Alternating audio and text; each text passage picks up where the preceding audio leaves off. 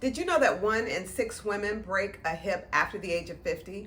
That's the same odds as breast cancer. So when I got a call from my doctor about my bones at the age of 58, I was very concerned.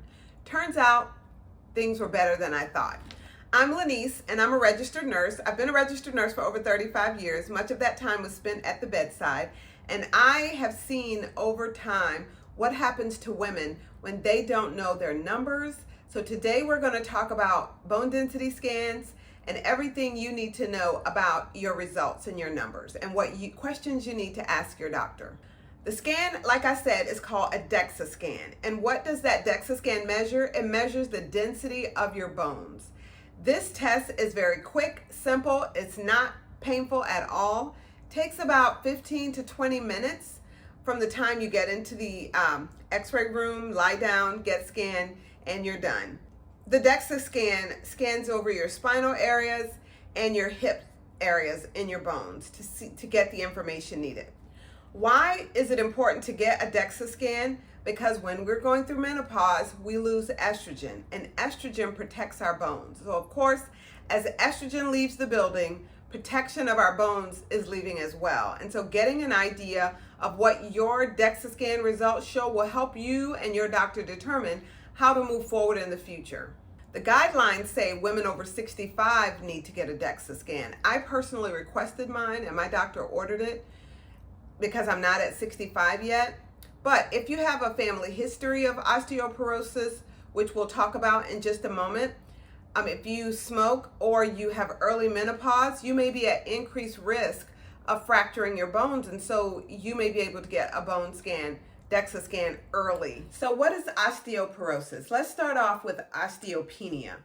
When you get your DEXA scan done, depending on where your scores are, it could be in the range of osteopenia, which is an early warning sign that if you don't do something, you're moving towards osteoporosis. Osteoporosis means that your bones are thin, fragile, and they can break easily. And if you haven't had a DEXA scan yet, just ask your doctor like I did, and probably they'll order it for you. And even if they decide that you don't need one, there are ways to get a DEXA scan and pay for it out of pocket, somewhere around $100 to $300. And in my opinion, the information is worth the cost. Just keep in mind that prices do go up very fast, and it's very dependent on what you have in the area that you live in as it relates to services offered for this type of scan. So let's get down to my results. My results showed a T-score of 1.0 for my hips and my spine, which really is in the normal range, and I'm so happy for that. It also showed in the femoral neck, and I will share a video of what the femoral area looks like, which is basically the larger bone where your hip is located. I had a T-score of 1.0 as well, which is normal. Honestly, I wasn't expecting that. I was really bracing for worse news, but I'm so grateful that so far my scores are normal.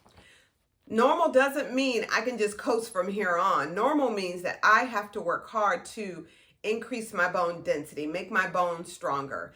And one of the ways that I do that is through strength training and lifting weights 3 times a week. I do about 15 to 20 minutes of an exercise plan that I have for Tuesday, Thursday, and Saturday mornings. And then I walk every day for about 2 to 3 miles. Sometimes more, sometimes a little less. But just because I have normal T-score, normal bone density, doesn't mean I get to relax, because as I get older, that's a number that I want to stay the same or get better. And by doing the strength training and exercise, building muscle to protect the bone, making the bones denser, I also do things like jumping. I jump at least 20 times a day, up and down. I have a reminder on my phone that reminds me to jump 20 times, and I just get up from where I am and do my 20-minute jumps, and that helps improve my bone density as well. So if you haven't had a DEXA scan and you're over the age of 50, it's worth asking your doctor about ordering one for you. If you've already had a DEXA scan, then you need to ask your doctor, what is my T-score? What does that score mean for me? For everyone, it's different depending on your family history, depending on your history. Then the next question to ask your doctor is, should I be doing anything different with strength training? Ask the doctor to give you examples of some of the things you can do to improve your bone density. What foods you can eat to improve your bone density. There are medications that are available to improve bone density. I personally recommend you have a very strong conversation with your doctor about whether you need medication or not. If there are other things you can do, depending on your T-scores on your bone density scan, I know that there are some women that have to take a medication. However, please have a conversation with your doctor. Also have a conversation with your pharmacist about the medications that the doctor is prescribing. What are the side effects? What do studies show that improves bone density? Is there anything I need to know that is an adverse side effect? Ask all of those questions as well.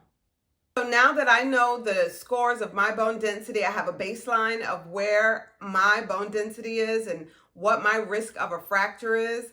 I'm very grateful that I'm within that normal range. However, I plan to get another bone density test done in about 5 years, or if my doctor decides to get it sooner, so that I can know where my scores are. So it's very important that you know your numbers, and that number for your bone density scan is a T-score and what that score means to you. Once again, thanks for watching, and I'll see you in the next video.